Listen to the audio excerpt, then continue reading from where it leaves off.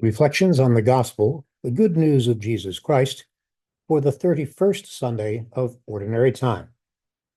From the Gospel of Mark. One of the scribes came to Jesus and asked him, "Which is the first of all the commandments?" Jesus replied, "The first is this: Hear, O Israel, the Lord our God is Lord alone. You shall love the Lord your God with all your heart, with all your soul, with all your mind, and with all your strength. The second is this: You shall love your neighbor as yourself. There is no other commandment greater than these." The scribe said to him, "Well said, teacher. You are right in saying he is one, and there is no other than he. And to love him with all your heart, with all your understanding, with all your strength, and to love your neighbor as yourself is worth more than all burnt offerings and sacrifices."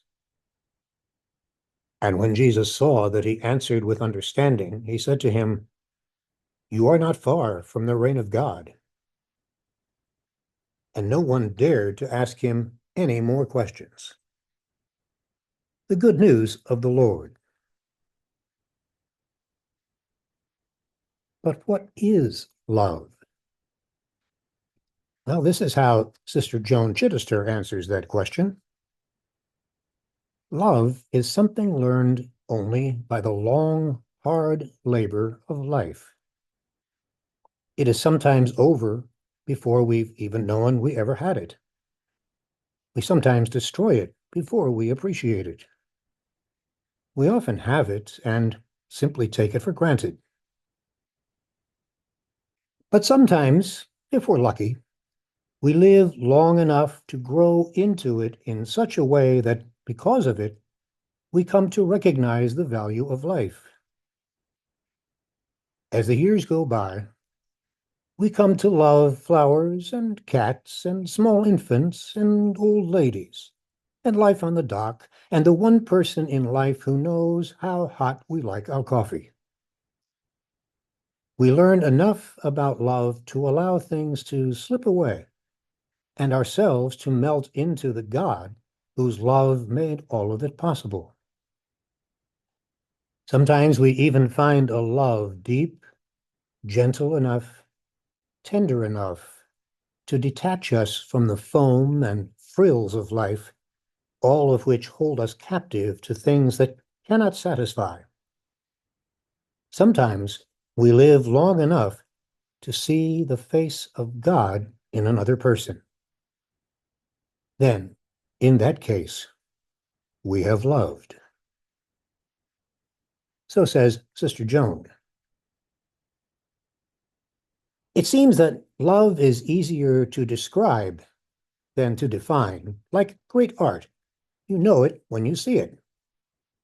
So let's see if we can recognize the love in these stories. A remarkable Hasidic rabbi, Levi Yitzhak of Berdichev in Ukraine, used to say that he had discovered the meaning of love from a drunken peasant. The rabbi was visiting the owner of a tavern in the Polish countryside. As he walked in, he saw two peasants at a table. Both were gloriously in their cups. Arms around each other, they were protesting how much they loved each other. Suddenly, Ivan said to Peter, "Peter, tell me what hurts me." Bleary-eyed, Peter looked at Ivan. "How do I know what hurts you?" Ivan's answer was swift. "If you don't know what hurts me, how can you say you love me?" Another story. A boy was consistently coming home late from school. There was no good reason for his tardiness, and no amount of discussion seemed to help. Finally, in desperation, the boy's father sat him down and said, The next time you come home late from school, you are going to be given bread and water for your supper, and nothing else. Is that clear, son?" The boy looked straight into his father's eyes and nodded. He understood perfectly. But after a few days, the boy came home even later than usual. His mother met him at the door, but didn't say anything. His father met him in the living room, but he didn't say anything either. That evening, however, when they sat down together at table, the boy's heart sank to his feet. His father's plate was filled with food, as was his mother's. But his own plate contained only a single slice of bread. Next to his plate was a lonely glass of water.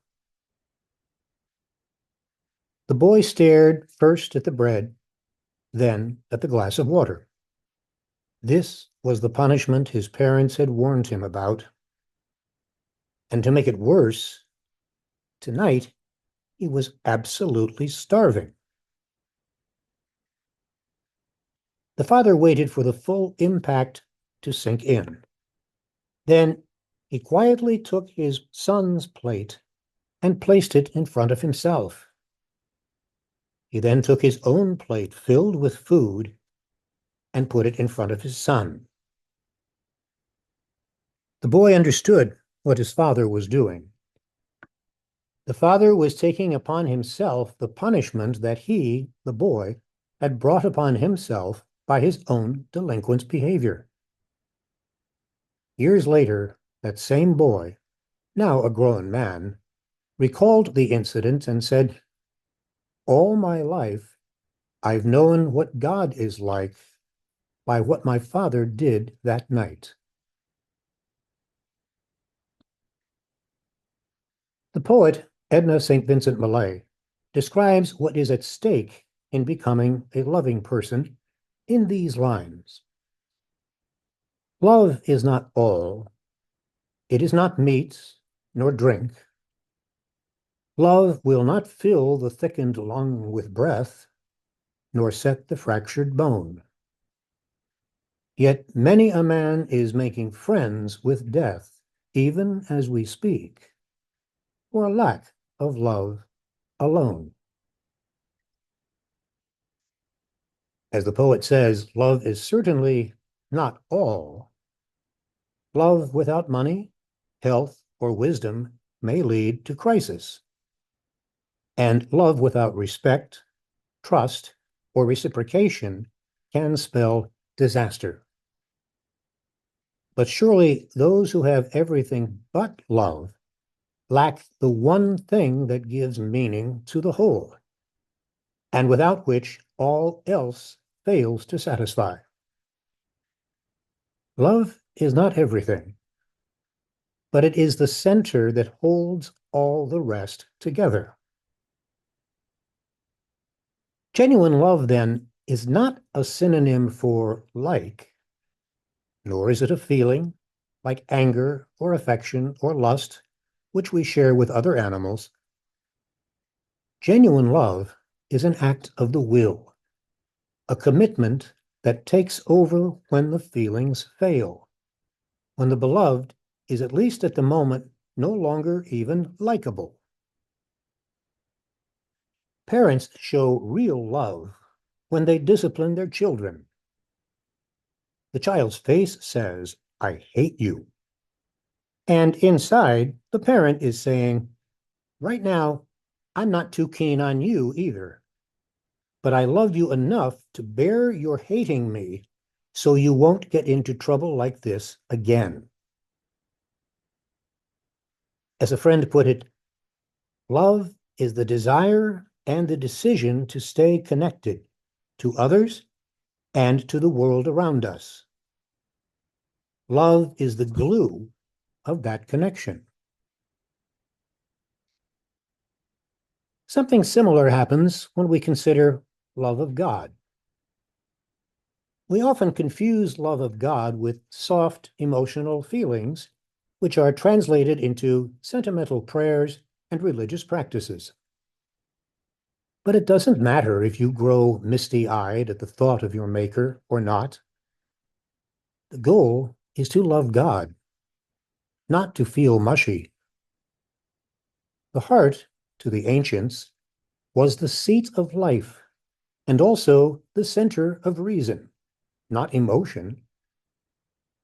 To commit your heart to God was to hand over both life and consciousness, to direct every purpose and decision to the glory of God. Heart, soul, mind, and strength, as Jesus identifies them in the greatest commandment today, are not four different areas of jurisdiction to be surrendered. Rather, think of them as four nails being driven into one place to fasten down our intentions emphatically. In today's gospel story, notice how Jesus receives this scribe, who, by the way, would have been an expert in interpreting the Jewish law. Usually, scribes and Pharisees are presented as hostile to Jesus. So, it would be natural for Jesus to be on the defensive, to react negatively. But Jesus always takes the person as he or she is. He does not indulge in stereotyping about typical scribes and Pharisees and tarring all with the same brush. We do this so easily with classes, races, age groups, teenagers or older people, certain ethnic groups. We use so many labels. We even stereotype individuals we know before they have opened their mouths, based on our previous experience with them. In contrast, Jesus accepts and responds to this person, this scribe, here and now as he is. An example which we can all follow and which would save a lot of wear and tear in our relations with people if we did so.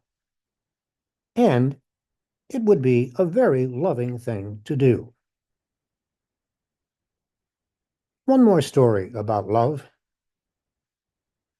While on a tour of California's giant sequoia trees, the guide pointed out that the sequoia tree has roots just barely below the surface. Someone exclaimed, "That's impossible. I'm a country boy, and I know that if the roots don't grow deep into the earth, strong winds will blow the trees over." The guide replied, "Not sequoia trees. They grow only in groves, and their roots intertwine under the surface of the earth. So when the strong winds come, they hold each other up. Kind of like people are supposed to do for one another. A real sign of love." Thanks for listening.